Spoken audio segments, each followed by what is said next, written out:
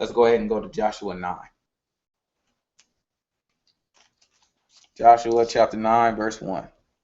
And it came to pass when all the kings which were on this side of Jordan, in the hills and in the valleys, and in all the coasts of the great sea, over against Lebanon, the Hittite and the Amorite, the Canaanite, the Perizzite, the Hivite, and the Jebusite. All right, so we learned about the Hivites a little bit, right? Remember, Shechem was a Hivite.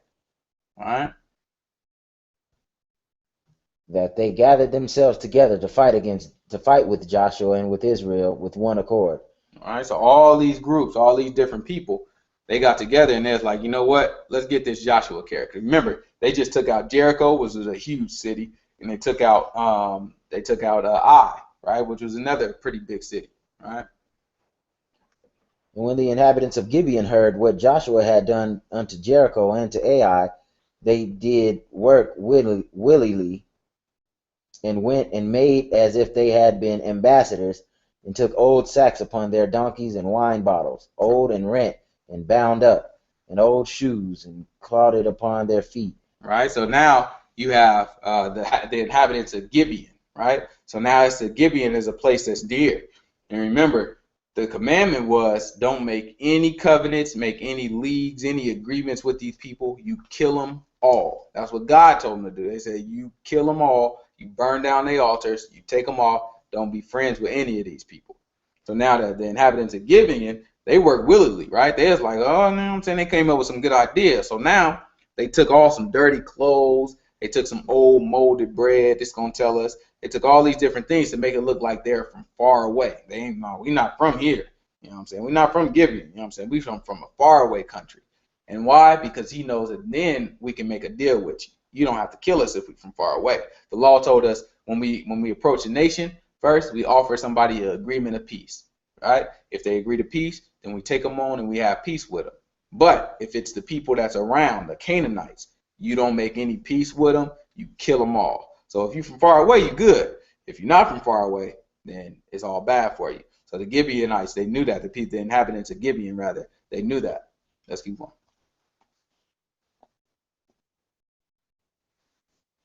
And old shoes, and clotted upon their feet, and old garments upon them, and all the bread of their provision was dry and moldy. And they went to Joshua unto the camp at Gilgal, and said unto him and to the men of Israel, we be come from a far country. Now therefore make ye a league with us.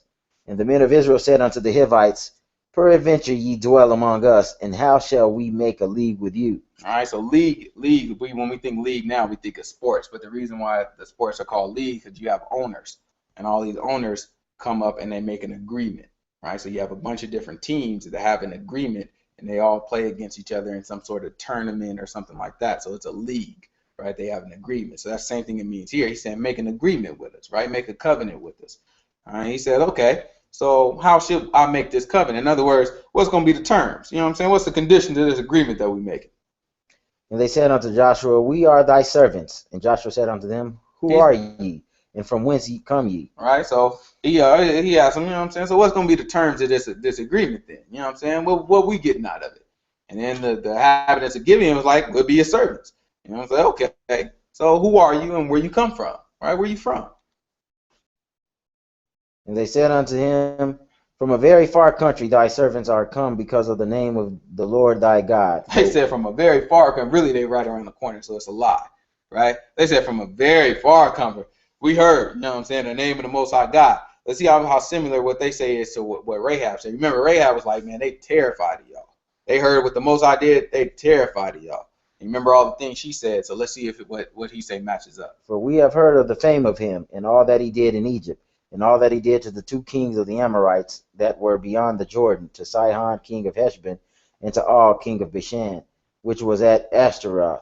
Wherefore our elders and all our inhabitants of our country spake to us, saying, take victuals with you for the journey, and go to meet them, and say unto them, we are your servants. Therefore now make ye a league with us. All right, so he's saying our elders, they told us to do this. Take gifts. They said victuals, but take gifts. And then you go in and you tell them, we'll be your servant, right? We came from a far away country. Oh, man, you don't know how far. I don't even want to tell you where I'm from. Because it's far. You wouldn't even be able to get there, right? They're just lying. And they dress like it. They made sure they look like something that would be acceptable to Yahushua.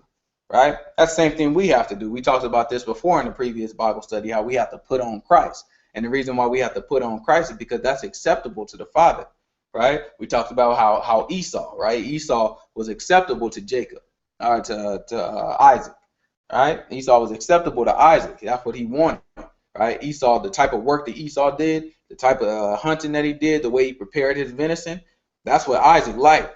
So then Rebecca comes in, right, and tells Jacob, well, put on Esau, right? Dress up like Esau. Put on this stuff so your dad will think you him. Same thing we have to do. The work of the Messiah is acceptable to the Father, right? So now we have to put on Christ. We have to act like him. We have to appear as him so the Father will accept us. That's the only way. We have to be covered in his blood. Otherwise, we are not accepted to the Father. So it's the same concept, right? When you know the law and these things, when Paul says put on Christ, we just think about it, oh yeah, put on Christ. Well, it doesn't really mean much, right? We have some idea in our mind, but when we know the law, when these things line up with the law and with the scripture, it means much more to us. We can think of examples of these things happening in before time, right? Keep going. This our bread we took hot for our provision. He said we had this bread and it was hot when we left. Out of our houses on the day we came forth to go unto you. But now, behold, it is dry and it is moldy. He said, but now, though, I went so far, it's dry and moldy. Now, in actuality, they made sure they picked out dry and moldy bread just for this purpose. They just come from around the corner. All right, let's keep going. And these bottles of wine which we fill were new, and behold, they be rent. And these are garments and our shoes and become old by reason of very long journey. He's like, he's selling it, right? I'm trying to tell y'all this. Y'all don't even want to know how far we just walk. I mean, this is crazy. I mean, you ever heard of California? Right, they all the way over in Israel. That's a couple seas. He's trying to tell them I came from a really, really far place. Just trust me. And the men took of their victuals and asked not counsel at the mouth of the Lord. Right, so they took the gifts, right? Said, oh, okay, well, you know what I'm saying? Y'all do, yeah, that is, y'all stuff is beat up. And that bread is moldy. Y'all probably shouldn't eat that. You know what I'm saying? Eat that bread. Y'all came from a long way. Go ahead and let me get them gifts. Thank you, I appreciate it. These ain't old, right? They probably bought them some gold, some nice things. They say, you know what I'm saying? These ain't old. Let's go ahead and take them. And Joshua made peace with them and made a league with them to let them live. And the princes of the congregation swear unto them. All right. So he made a league with them, made an agreement with them to let them live. And then the princes, what does princes mean? Son of a king? Ruler. Right? It means ruler, right? So the rulers of the congregation said, they made an agreement with them and they said, you know what I'm saying? We ain't going to do nothing to them, right? So what this ends up actually being is they end up being Hivites, right? Hivites. We talked about Hivites with Shechem. Shechem was a Hivite 300 years before with Dinah, remember? So he is a Hivite.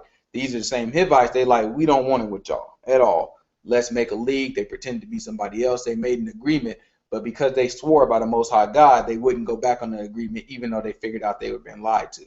So the next day, if we kept reading, it'll tell us that they were lied to and they figured it out, but they still didn't do nothing to them. They just made them hewers of wood. So that means that they chopped down all the trees, and then that put them in the position where they served them. So the Bible says even to this day, so not to this day, but the day when Joshua was written, even to that day, the Hivites were chopping down trees. And we'll read it later on in the Bible where they still were chopping down trees a lot later on. So go ahead and go to chapter 10, verse 1.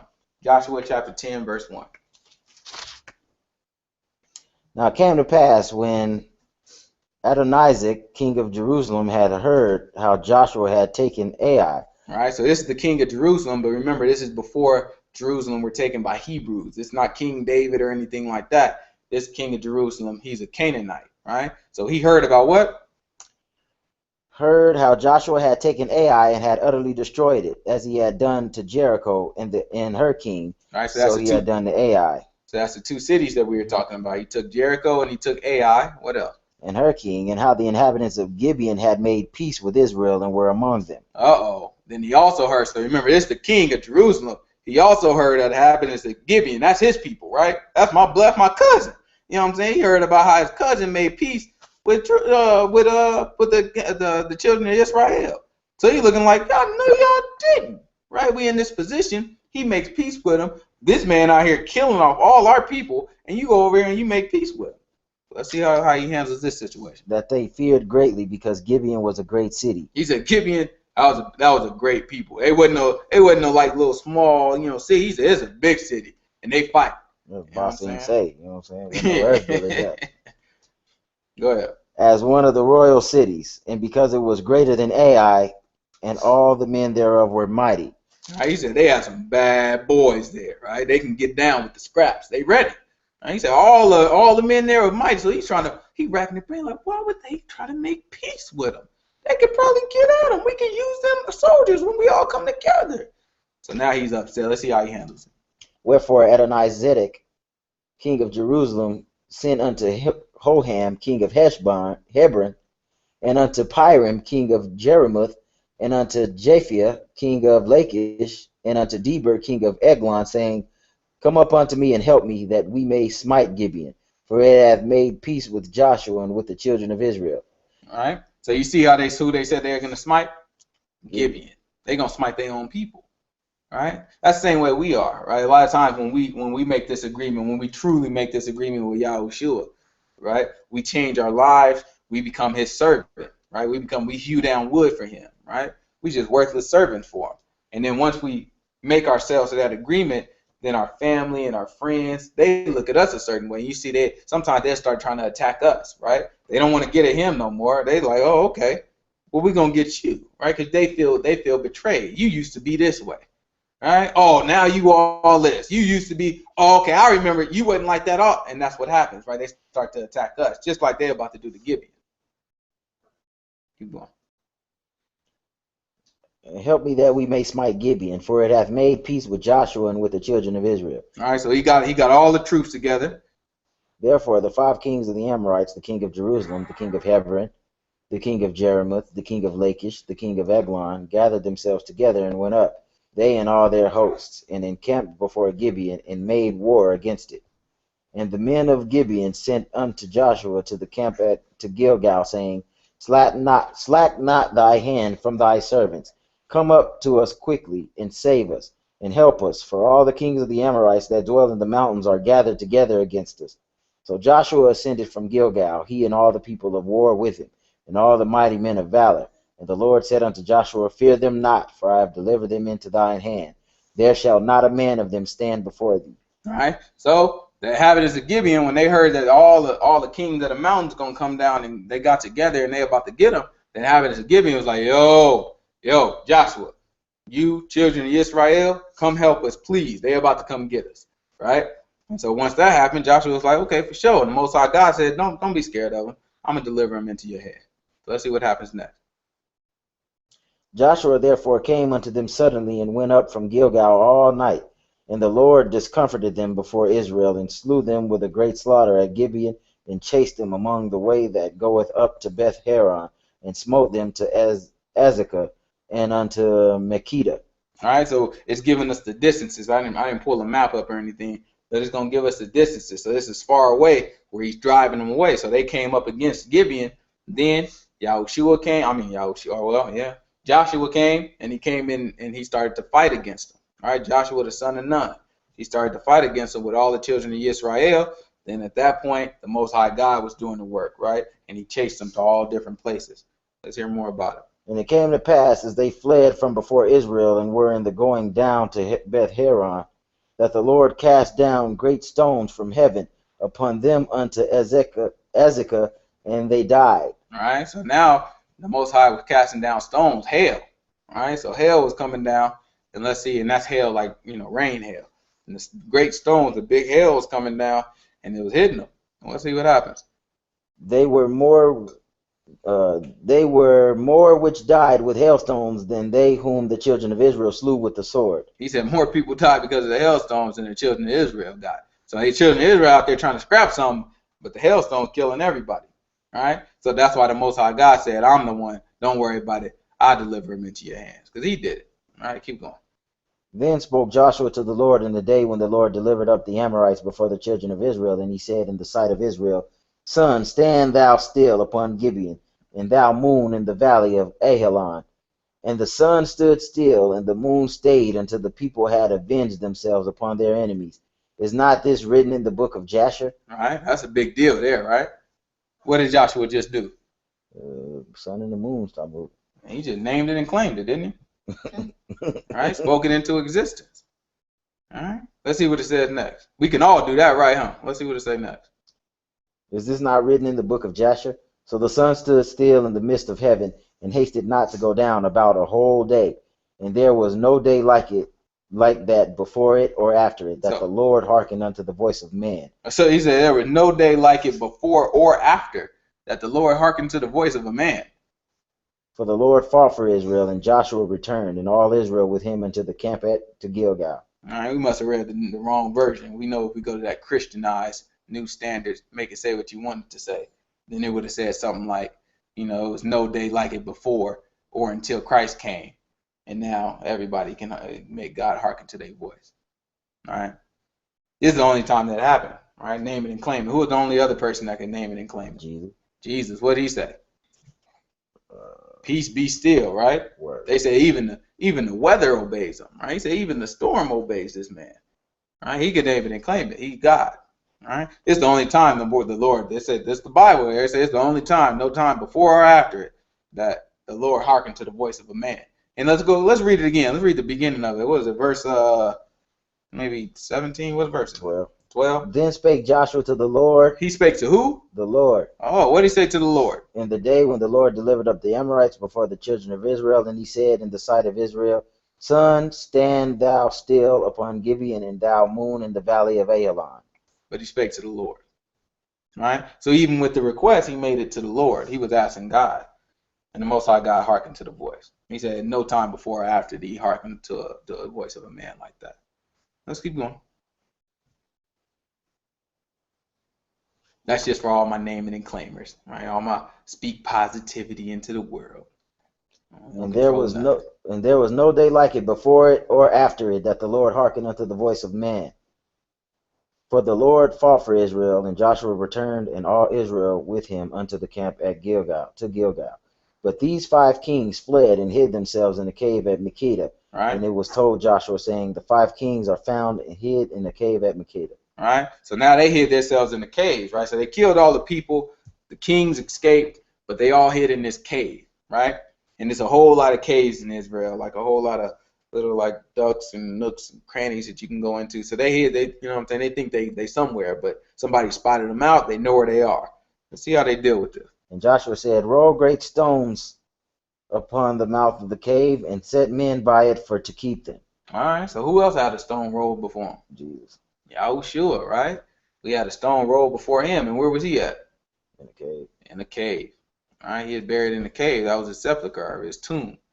All right. So they put a stone before it. Let's keep reading. And stay ye not, but pursue after your enemies, and smite the hindmost of them. Suffer them not to enter into their cities, for the Lord your God hath delivered them into your hand.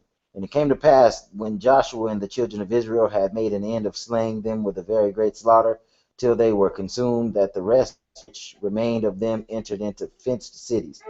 And all the people returned to the camp to Joshua at Makkedah in peace.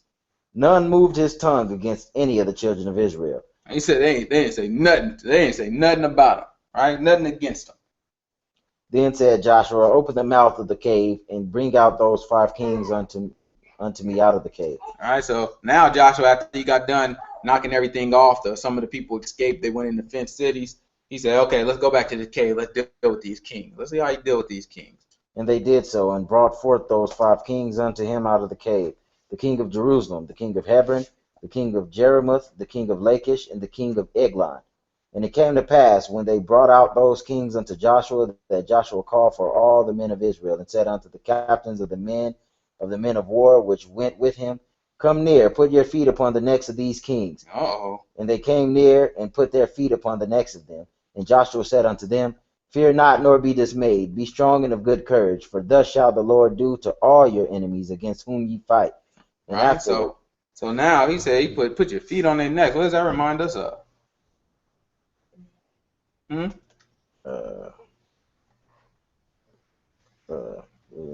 Anything in Genesis chapter 3? Wait a minute. You talking about Adam and Eve? Mm-hmm. With the snake? Yeah. All right. He said he'll bite your heel. All right. You gonna bruise his head. Oh, death, where is thou sting? All right. Or what did the Most High, what did the Father say to the Son? He said, my Lord said, he said, Yahuwah said to my Lord, come sit at my right hand. Yahuwah said to my master. All right.